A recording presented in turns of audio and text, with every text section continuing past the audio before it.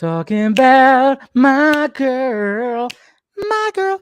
No fair. You're stealing my bit. That was my bit from last week. Sorry, it just was there. I did. I It totally was stole it. Yeah, there. It was there. yeah. But I just want you to know everything is real. Everything is real. It's a good line. It's a good line in this episode right here. And I will say this: something about Lana, huh? Lana. I know it can go back. Okay, we'll get started with that. I mean, Yeah, we are. What is it with the yeah, trade off? Because we had the same thing with Laura in Last Son of Krypton Part 1 through 3, and they called her Lara.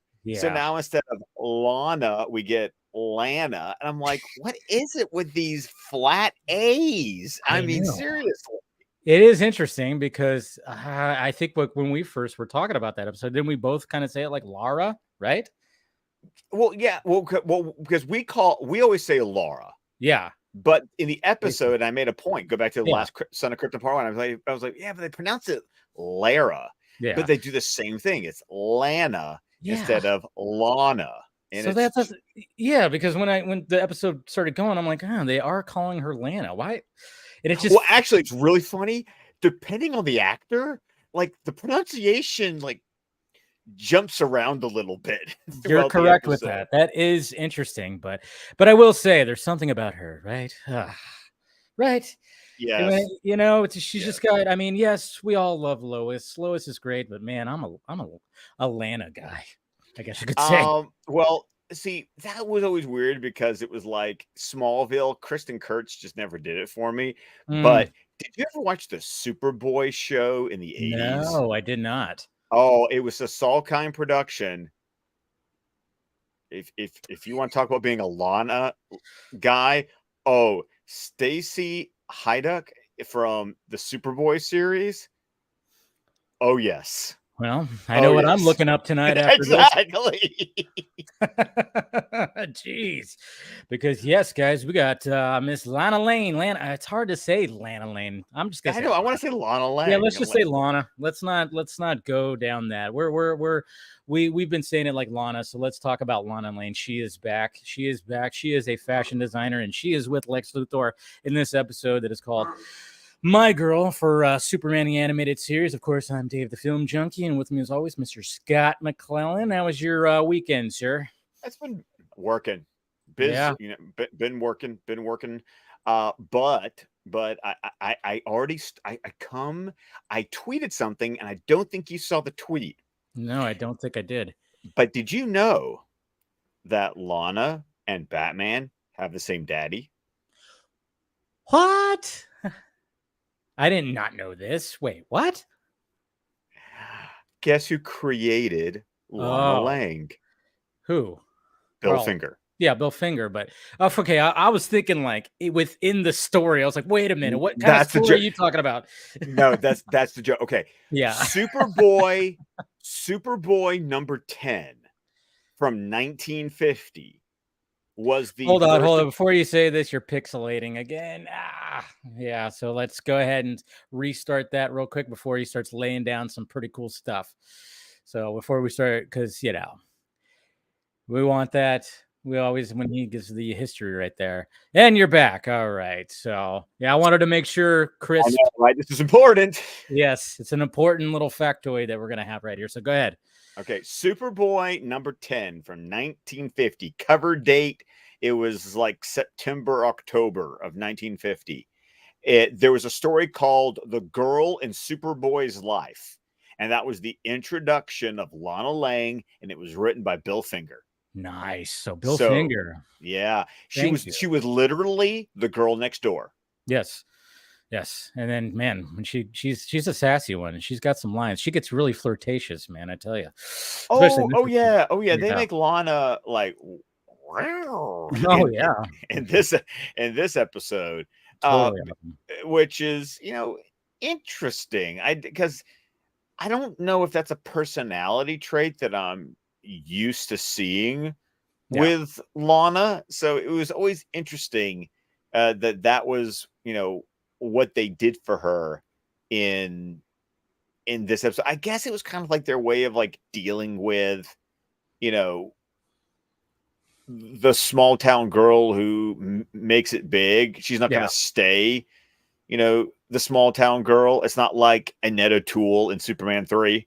Yeah. Well, I mean, like when we see her in Last Son of Krypton, she does have a little bit of, you get a sense of how she is, and she's very, she'll speak her mind and all that. I don't know. It is interesting, the fact that she came from a small town and now she's like, what the heck just happened? See, no longer it's me pixelating. You decided to go dark. I'm just. Whoa, can you still hear me? I can. Oh yeah, we can still hear you, but but we don't have to look at your face. I mean, it's an upgrade for the stream. I'm not gonna lie. We're having one of those episodes. What is happening right here? There we go. Hold on. Let me make sure that manual focus. There we go. I think it disconnected. It disconnected from my computer. That's what happened. So mission control, access point. Come on. Just got to do that. Houston, we have a problem. There we go. All right. So now it's pairing. Give me a moment here, folks. Some technical difficulties right off the bat. It was all at least it's before we actually started discussing the episode. Let's be honest. That's very true. Okay, I think we're good now. That was very random. Eek. Anyways, I don't know what we were talking about, but yeah, Lana. Well, we're gonna dive right into it. But I do want to say this first because Mama Film Junkie's here. Happy birthday to you. It's her birthday today. Happy birthday to you. Happy birthday, Mama Film Junkie. Happy birthday to you. Yeah. We celebrated that today. We took her to lunch. She drank a big, huge strawberry margarita. Fantastic. So we had some good times today. So happy birthday, Mom. Good to see you. Love you. And that was a lot of fun today. And there's a second part of the birthday that's going to be happening Thursday, which is good, which we haven't told her about yet. Well, cool. She knows something's happening, but we don't know. She doesn't know what. So let's start off with this. The voice of Lana is a person. I'd hope so. It's not AI. It was an actual person. Yeah. Did you recognize the voice? I did not recognize the voice, but I mean, it sounded familiar, but. Okay. Who is Do you know the actress Jolie Fisher? It sounds familiar, but no. Okay. She's done a lot of TV. Her biggest thing, like when we were growing up, was she was a supporting actress on Ellen. Oh, okay. The sitcom. She got a Golden Globe nomination for that. She's also Carrie Fisher's half sister. Okay, that makes sense. Because Eddie Fisher was her father. Okay, I'm looking her up. I'm gonna look her up. Jolie Fisher. There we go. Okay. Okay. Yes. She does look familiar. She does definitely look familiar. That face. She's been in other things too. Sure. Lots of things. Of things. Yeah, yes. She definitely has a familiar face. Okay. Yeah. Cool. Yeah, she's got to. That won't be the first voice we talk about today. I'm sure. That's not going to be the first one, but yeah, we start off this episode, and I just like the fashion show kind of like, Oh, I love Lois's. The only thing holding that dress up is a little face. Yeah, I love that. Great. Because then all of a sudden Lana's line, comes into factor when it comes to that too. So when you were talking about like at the opening of the show, like, nothing. Oh, the jewel's real, Miss Lang? Yeah. Everything is real. Yeah, exactly. So that was kind of cool how they did that. But I do like how both of them, Lois and Clark, are at this fashion show. And, obviously they're reporting it. Lois is just like, it's almost like she's just there for the snacks and to make. Yes, it really does, doesn't it? Yeah. And just to make just comments on all of it because she's being a snarky little what the whole time. Oh man, but that's what we love about Lois. And Clark's just there. And then of course Lex Luthor shows up and he's got a new lady in his life. Clark has no idea. Lois, of course, does. She pretends like she doesn't read the tabloids and all that gross, entertainment thing, the tabloids, essentially but of course she does because she probably, sits at home at night and just probably looks at that, watches some Access Hollywood, whatever. But so she knows that it's, the fashion designer LL. And then of course, Clark goes Lana Lang or, Lana Lang, but we're going to say Lana. And then he kind of throws something back at her because obviously we know that Lex Luthor and Lois have been an item in this world. And then the fact that he goes like, oh yeah, we dated. And I like how Clark was like, oh yeah, we dated. It was in high school. And then she was just, I think he was trying to be like, oh yeah, I dated her. And then there was like that in high school. Yeah. Of course, yeah, throw that in there. It's like, yeah, he was back then in Smallville, but yeah, so we get her on his arm, and of course, like Luthor is just, I mean, when she walks up those stairs, like the male gaze is strong with that, big like time. that shot. And once again, I want to take an opportunity to shout out the author of this episode, the writer of this episode is Hilary J. Bader, who is a name that didn't show up that much in Batman the Animated Series, but I'm telling you, she writes like almost every other episode, it seems like, of Superman the Animated Series this season. So, and I wanted to say that because she's doing a really great job with these more female-centric episodes, and she's not a name that gets bandied around when we talk about writers on these series. Yeah, you're absolutely correct, because I don't think I've even really heard her name too much, but we'll probably be seeing it a lot. Her name, but but when her name pops up on the written by, it's like, oh yeah, I've seen your name over and over again. Well, that's cool. And yes, this is a very lady-centric episode, because when Lana goes backstage to help one of the models with one of the dresses, she gets approached by two ladies, one very large lady, and then they have names, by the way. One of them is called Big Susan, right? Yes. The fashion challenged Amazon, as with Lana the crew cut, with the flat top. Where my mind immediately goes when I saw Big Susan. Why?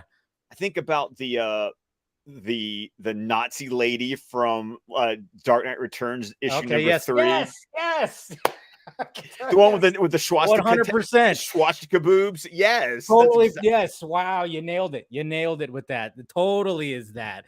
I knew, I was like, something familiar about her, and I think that's probably what it was right there that I was thinking about. But yeah, large lady, and the name is fitting. Big Susan. What was the other one's name? Do you remember? Lizzie. Well, there you go. It's Lizzie. Yeah, they were Lizzie and Big Susan. And of course, they take her. Clark's already, going backstage to greet Lana, and then luckily enough, they get into an elevator that's on the outside, because then Superman can do his thing as they're kidnapping her. And of course, I love it too, because Lizzie sees Superman, starts firing at him, and of course the bullets are bouncing off. He's just like, you haven't heard about me, have you? It's like, well, it's kind of like what that always what I love that, but it also kind of reminds me of that moment in The Mechanic from Batman the Animated Series when Penguin's goons are firing the Tommy gun at the Batmobile, and Robin goes, "Are they kidding?" And Batman's like, do that. I think I love it when Robin's like, "Are they kidding?" And Batman goes, "They must be new in town." Yes, exactly. And see, that's what's funny is, like, I love that when the writing shows that, because that's what the audience is thinking. Like, what, are you serious here? And then, so just to add a little bit of quippiness into the characters, just to represent, like, oh yeah, just because that's what the audience is thinking. And I love that. Like, then, of course, shooting a gun at Superman. Yes. And it's very well known now that doesn't work, but they did get she does get a little smart and goes, oh yeah, I have heard of you. You like to rescue people. And then, that's what Big Susan, because Big Susan, she says, I heard of you. You like to save people. And so they take the jewels off of Lana, and then, by the way, way too much of that dress still survives with like where the jewels were. It's I know. She gave a pretty good tear off. They get really good tear, and wow, there's a little too much of Lana's dress still attached. I'm just there's some practices. Exactly. It's like, there'd probably be a little bit more cleavage that would have happened in real life. There would have been cleavage. There was no cleavage. No cleavage. Yeah. Of course, they're like, you can't do that. You can't do it. It's like, darn. 12-year-old us is like, anyways. So yeah, of course she goes out the elevator, and then Superman naturally rescues her. and then does a whole thing too where it's like, man, he just doesn't care. He just grabs the cable and just yanks the elevator off the whole thing. It's like, wow, that's who's gonna pay for that one. But I mean, I don't know, maybe Lex Luthor was gonna end up paying for it, but and then just of course wraps it around like this little walkway bridge thing or whatever the heck, and just kind of like keeps them there right there. And then I love this too because what why would Superman even be remotely shocked that Lana recognizes him? Especially when like he ran into like the exploding RV in Last Son of Krypton Part 2. Let's go, folks. Let's go back to Last Son of Krypton Part 2 in the first half when we're in Smallville.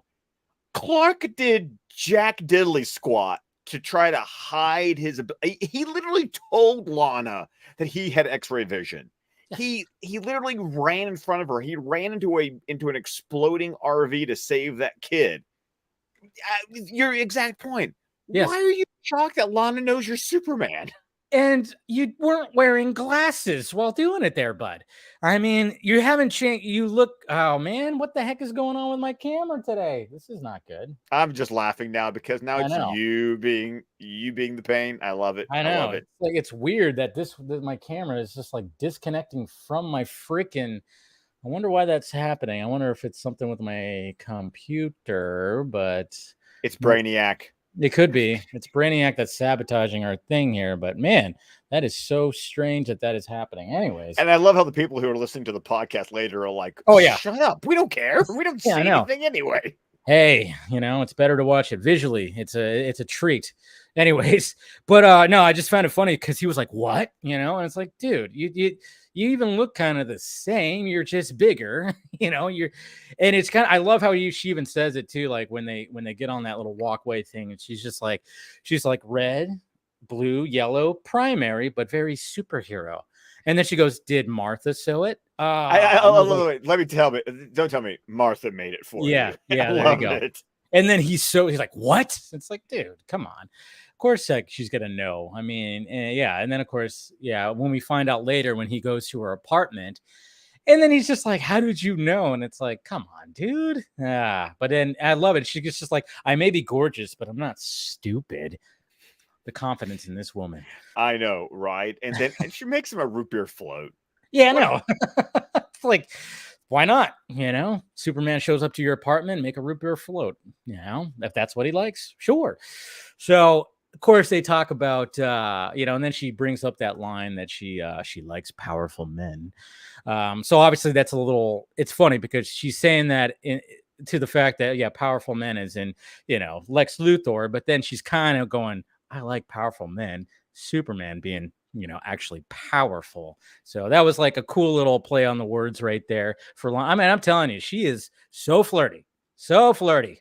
Oh, absolutely.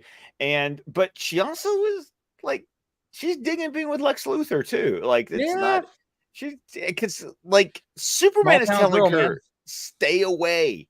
Yeah. And she's like, I've heard this before. It's fine. Yeah. I can. But she's also got that confidence. She's got this confidence. So it's like, no, you don't realize. Like, men do what I want. Like, men do what I want. Like, I think she likes it that it's like Lex Luthor is just like this powerful person in the world, and she's like, I got him wrapped around my little finger. I mean, she knew. And she kind of does. Yeah, because when she was walking up those steps, he was just googly eyeing her. Like, but even besides the googly eyeing, like when Lex catches up with them after he rescues Lana from Lizzie and Big Susan, he actually says that, this is the first time I've actually glad that alien showed up. Like how you see him throughout this episode. Like he actually like is really like, and not just he's like really into Lana. Oh yeah, he really is. And you don't really see this side of Lex really at all. So the fact that he was like that, like you said, that he was glad that he showed up. And I like how he said that line too. But I mean, and then obviously there's something that's going on. There's an arms dealer that he's, of course. Oh yes, Mr. Elon. I know. I almost said like I thought he said, what's his name? Elon? It's like no, Mr. Elon. But that was the other voice. Did you recognize his voice? I did not. Who is it? Larry Drake. Larry Drake. Who is this? Okay. He played Durant in Darkman. No shit. Yes. Oh, this. Okay, hold on. That hold guy. Like, once you see his face, you'll be like, on. Okay, yes. Yeah, he's been in a lot of things. LA Very Law. much a lot of things. LA Law was another big one Yes. for him. But for Darkman, yeah. our nerd circles, yeah, he was Durant in Darkman. And just one of those that guys. Yeah, you see his face, you go, oh, okay, I know who you're talking about. So that's pretty cool. But yeah, so basically, Superman's just kind of going like, he knows that Luthor has a stockpile of weaponry, but I mean, but what good on Superman because he's like, he's not buying. Weaponry? What was that? I don't know. Did I say that? I don't know. I don't know why I said that. Sorry. Weapons. Sorry, weaponry. I don't know what weaponry. There we go. I went to a different route. Sorry, I know. Do they grow on trees? The yes, weapon tree. That's right. They do. Okay, you didn't know that? You don't have a tree that grows sorry. revolvers I just and was bullets? like, what the hell, man? Weaponry. I know. It's like when people go like elementary, like it's like no, elementary. Yeah. Elementary. Oh yeah. Yes. Oh yeah. People say elementary. Yes, there's not an element tree. Oh man, this has been your English part of the this has been your enunciation lesson for the day. Pretty much. Please. There you go. Yes. Brought to you by yes. Fuck cancer. Yes, exactly. There we go. Brought to you by fuck cancer. I like it. No, but so obviously it's like Superman's just kind of going like, well, yeah, he's not buying, he's selling. It's like Luthor has weapons and he's looking for someone to buy them. And then of course we see a test of this weapon, and it's a pretty interesting weapon because at first it doesn't seem like much. You just shoot something and it just kind of just like lights it up, but then you wait a couple of beats and then it explodes. And then these two guys. I love the description of the weapon. It's like it shoots microwaves that excites electrons to their highest point. It's basically Gambit's superpower from it's Gambit's mutant power from X-Men. Because that's what Gambit did. Yeah. He supercharged items with kinetic energy. That's what this gun is doing. Yeah, that I like that. I like that comparison right there. Yeah, it's totally like that. And of course, these guys just start going like, "Oh, this is cool," and they start shooting these trees. And then, of course, there's a deer, and they're like, "Oh, it's hunting season."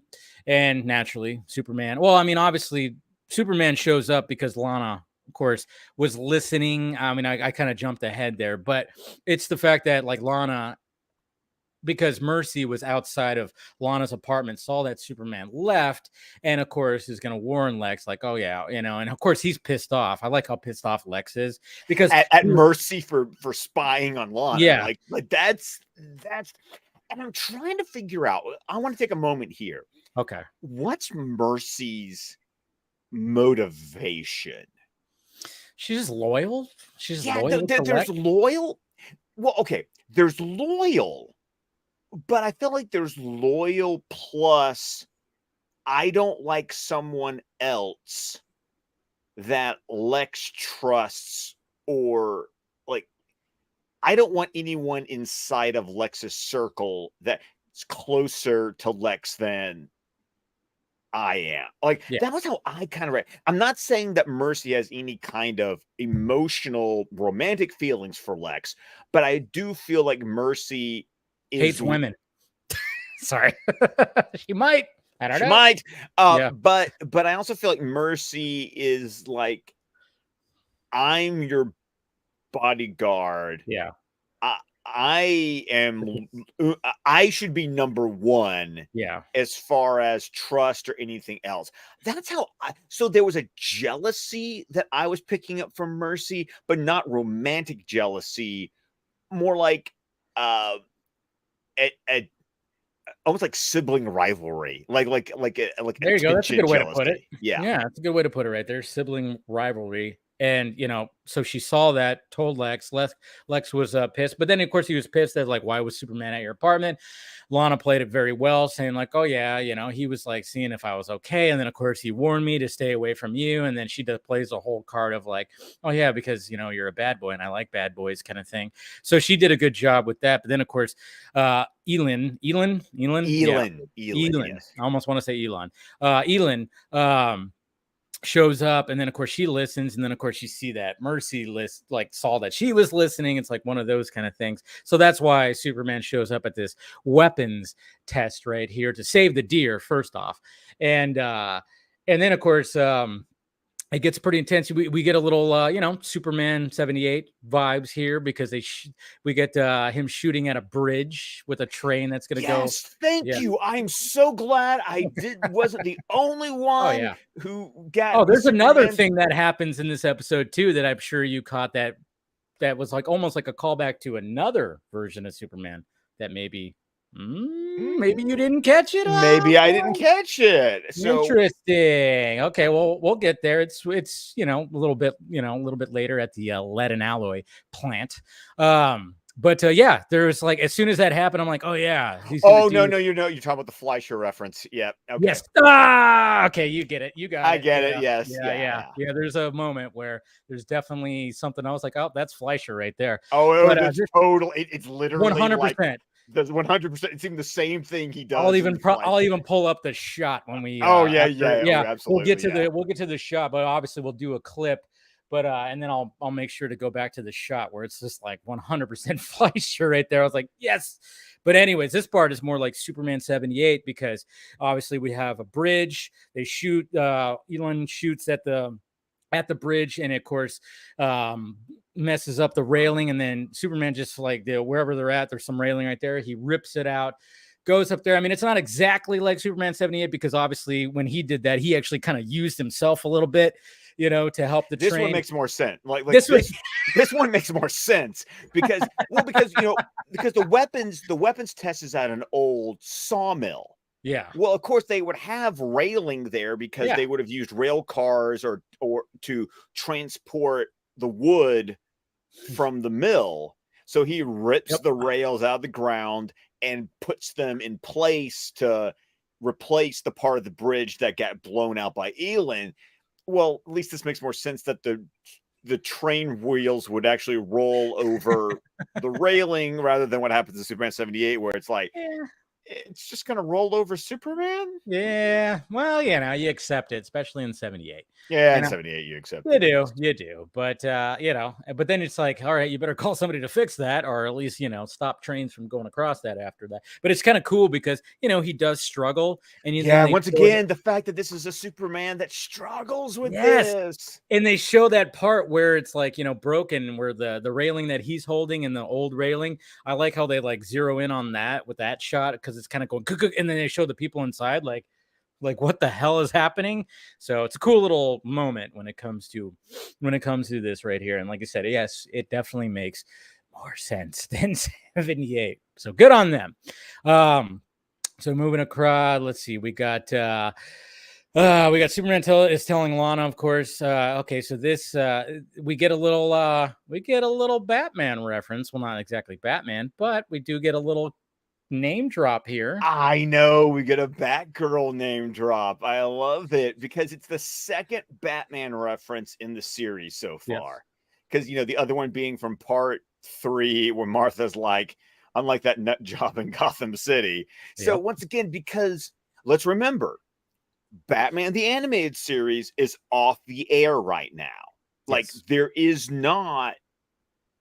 are not new episodes of Batman the Animated Series airing. So it's fun that Superman the Animated Series is still referencing the fact that there is a Gotham City, that there is a Batman, but almost like reminding you, oh yeah, Batman lives in this world too. Yeah. Now, whether we would have believed or not that, our Kevin Conroy Batman is the same Batman, I don't know at this point, but yeah, it's still kind of fun. It's not the only DC reference we get in this episode, which is kind of cool too. Nope, not at all. But I do like how Lana is just all about like what they're doing. They're dynamic. That's why she's saying this. She's like, I could be your Watson, and then she goes, I could be your Batgirl, and then like Superman's like, definitely not. It's like it's like no. But I do like that, and then she's just all about. It's like she is again. When it comes to Lana, small town girl becomes a great big fashion designer. It's like, I don't know. It's like she's almost just trying to find these thrills. It's a thrill for her to take Yes. these powerful men, and then all of a sudden it's like, well, that's getting boring. And then all of a sudden she's now working with Superman, and she's just totally this is what it could be forever, Clark. Oh my God. It's just like, she's just totally loving it. And then to the point where she just lays a big fat kiss on Superman because why not? And then, of course, who's watching? Yeah, they did it outside. There was all outside. It's like, what are you doing? I Go inside know. somewhere, you weirdos, Oh. or get on a rooftop high up or something. It's like, but they were like, I don't even. They were like almost. They was like across the lake or something, like a little lake or a little pond or whatever the heck it was. And it's like, It was basically like Metropolis's version of Central Park. There you go. Yeah, something like that. So naturally, we get Lex that is, of course, looking through some night vision goggles that zooming in, and then of course he's like, "I've seen enough," And then, but Mercy's like, "I told you." She's got that. She's got the cat that ate the canary grin on her face.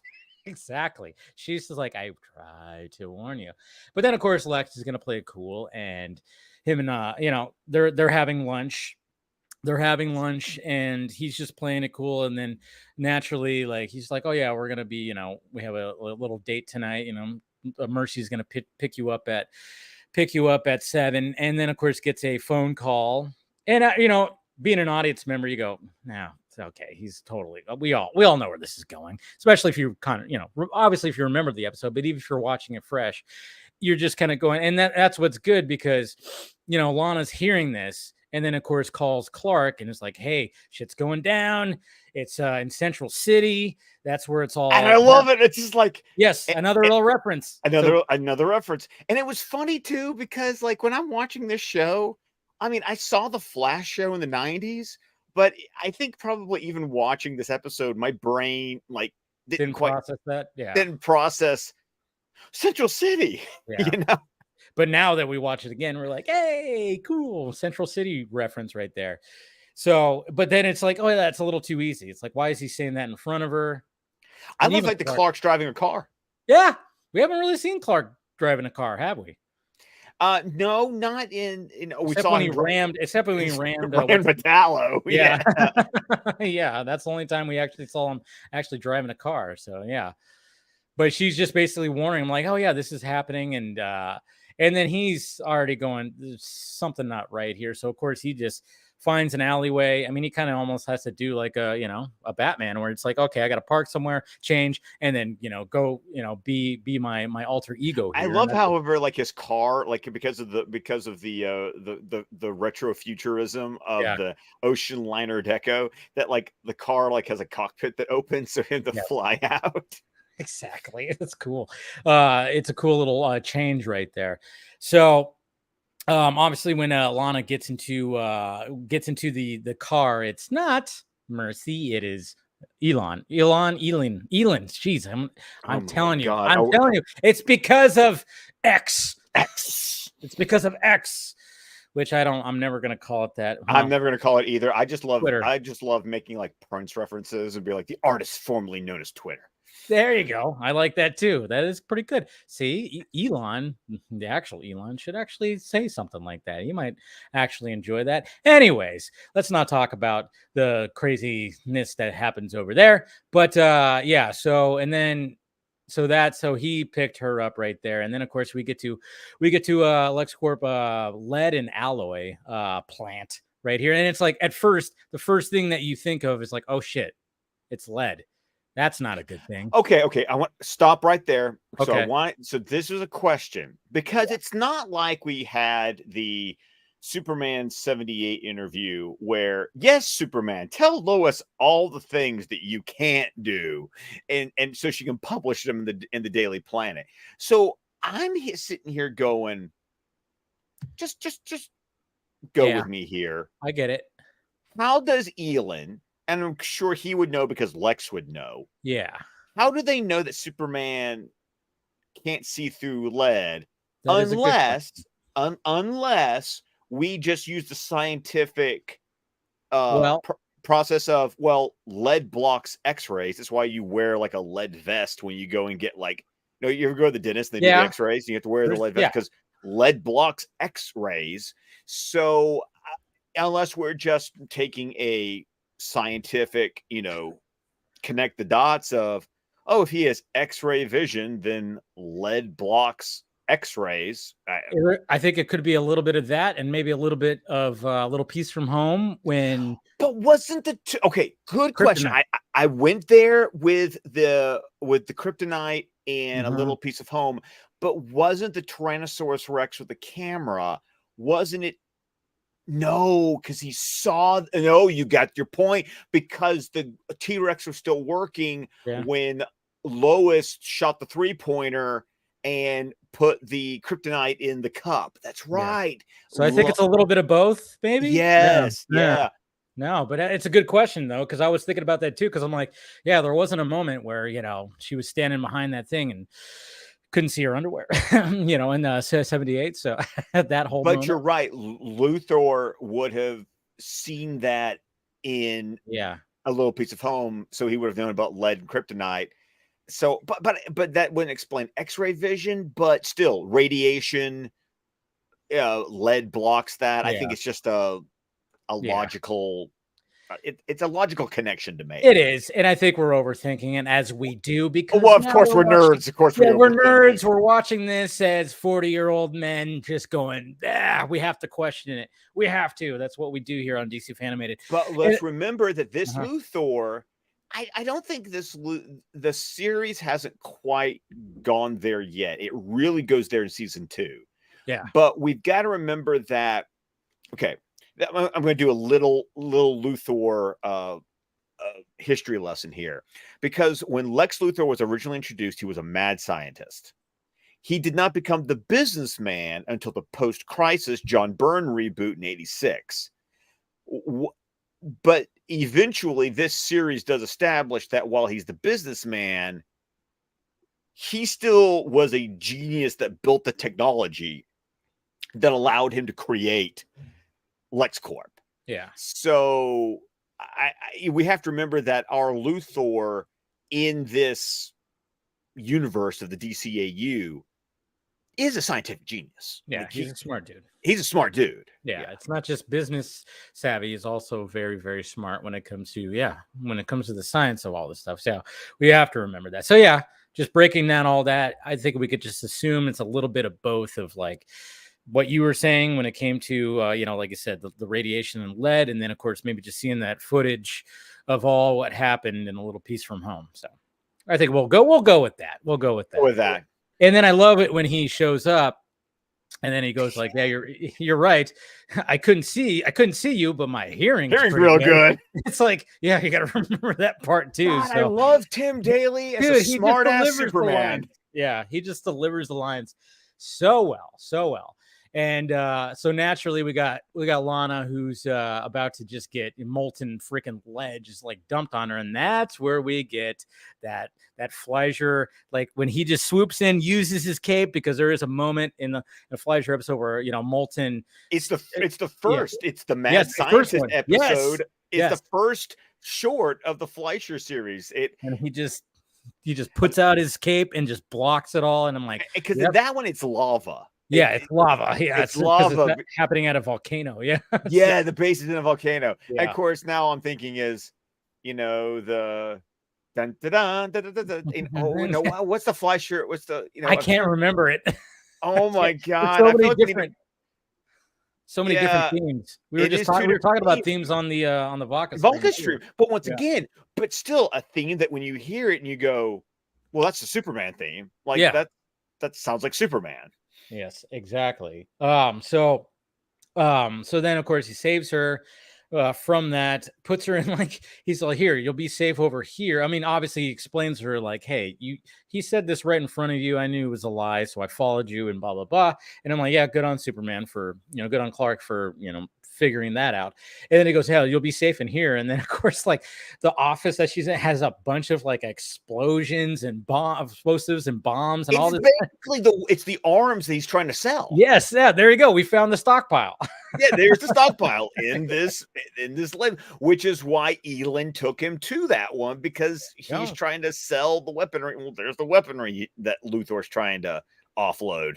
Yeah, and then of course, like as Superman takes on Elin again, it's like, okay, so he makes this big huge tank that's just full of like this molten lead fall on a Superman, but then naturally he lifts it up, but then he's going to shoot it again to just cause this big huge flood of molten lead, which is where we get to our clip right here, because then it gets really intense. Oh yes, very much so. So obviously we start off with, of course, the hero Superman shot right there.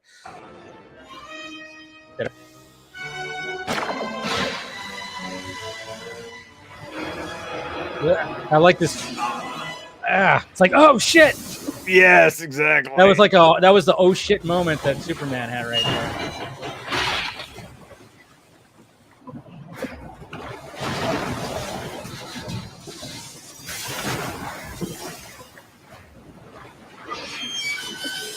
Just a freaking wave of, and then it's like, you got screwed too there, Elin. Yes.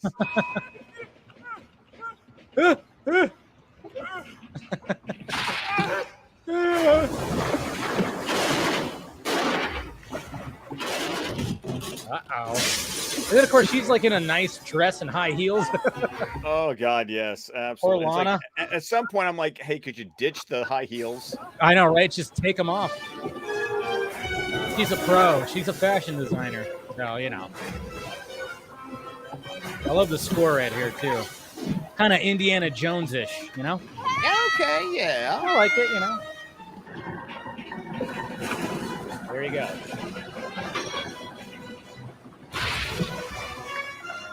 I like how he just gets right into the lead right there. And I like her line that she says, too. It's a good line.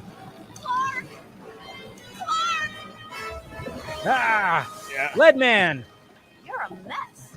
You're a mess. You're a mess. Uh-oh. Yeah. There goes your weapon. Your weaponry. Just kidding. Your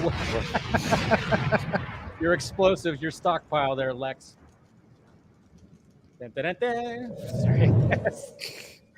And then of course Lex Luthor under investigation. But let's here, where's that part where we have to do that. We have to show the Fleischer callback. Yeah, we have to, because you know it was an intentional Fleischer. Oh, callback. 100%. So it's like right. Okay, I think it's like somewhere right there, right there, baby. right there, Yeah. Yeah, and I found the Fleischer shot, so you can do like a yeah, share it. Oh, I already did. Oh, there it is, and there's the flight. There it is, right there. Gotta love the callbacks, everybody. So cool, so freaking cool. So there you go. Oh yeah, those little callbacks right there. When I saw that, I was like, oh, and I even rewinded a little bit. I'm like, yes, they absolutely. did that. They did that. So yes, of course, the front page news is Luthor is under investigation.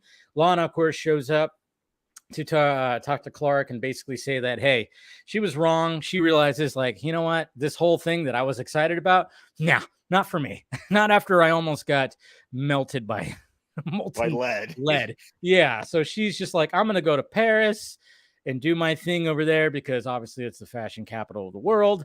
And then it's funny too, because obviously she still has feelings for Clark, and Clark is kind of like, because we know who he has, who has his heart. We know who has his heart. Oh, but I love this ending. I love how Lana's like, I hope you don't say it.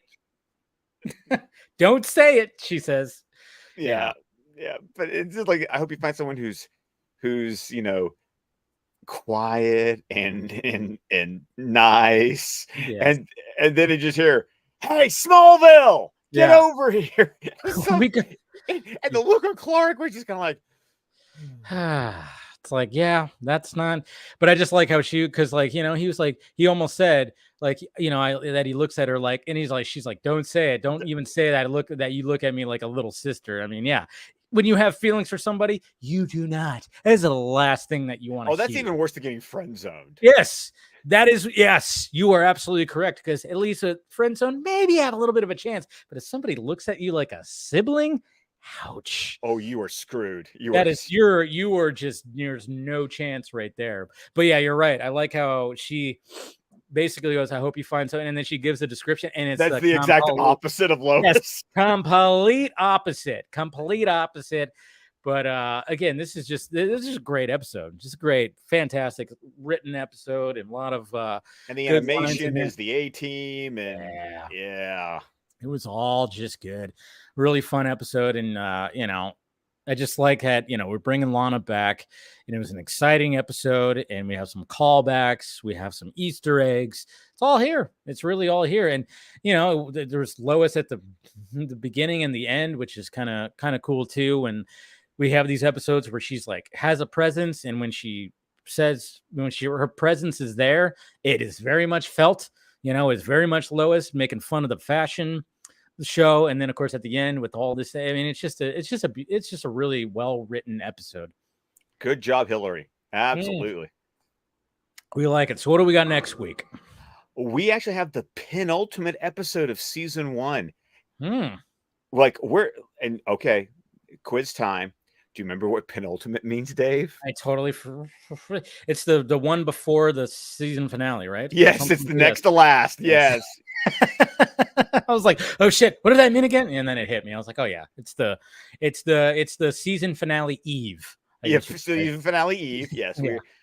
But it's an important episode, especially when you get to the end. So next week's episode is Tools of the Trade. Tools of the Trade. So we got some alien weaponry. We have some alien weaponry. Yeah, yes, there we you do. go. Yeah. And we have a villain from a previous episode making a return. I forgot his name because I'm remembering this episode a little bit. What's his name? What's his name? Go! You go. Mannheim? Yes. Bruno, okay, Mannheim. Yes. There he goes. Yes, Bruno. There is his first Bruno name. Mannheim. Yeah, because it's Inner Gang. We have Inner Gang. We got the Inner Gang coming back. Yeah, man. I think this one rings a little bit clear in this one. So that'll be a fun one. It's a good one. It's a good one. Yes, I think that's why I'm like remembering this one a lot more. Yeah. Okay. Oh yeah. Oh, and it ends on a banger. That's right. I'm trying to remember the end. I think okay. Okay. Yeah. You're going there. This is gonna be a good one to talk. This is gonna be a good one. Yeah. Okay. So make sure you guys watch that one, and we'll be back here next week at the same time, 7 p.m. Pacific Standard Time, 10 p.m. Eastern Standard Time, I guess you could say. But we really enjoyed this episode. Really fun to talk about, as always. Thank you guys for clicking in on the stream, and then of course if you're listening just audio, hopefully you didn't get to see all the foul ups when it came to technology, but hey, that's a good thing. But anyways, Scott, go ahead and send us off. Of course, you can find me on X at ScottDC27. I'm sorry, I'm having way too much fun with that. Right? The app formerly known as Twitter. You can find my podcast at DC Squadcast, wherever podcasts can be found. We're on Vero, Facebook, and YouTube with the entire network of shows at squadcastmedia.com. Like I said, we have 2 episodes of the Batman scene by scene in the can. If you don't realize it, it's going to be the Riddler kidnapping D.A. Coulson. And also Batman and Gordon on the Rooftop. So you make sure that you subscribe and don't miss it when we drop those scene analyses. Do that. All right, guys. We'll see you guys tomorrow on Film Junkie Live at 6 p.m. Pacific Standard Time. Lots to talk about, of course, when it comes to the Monday show. So make sure you do that. We love you. Hit that like, thumbs up, subscribe, do all that. And we'll see you guys next week when we talk about Tools of the Trade. All right, guys. We'll talk to you later.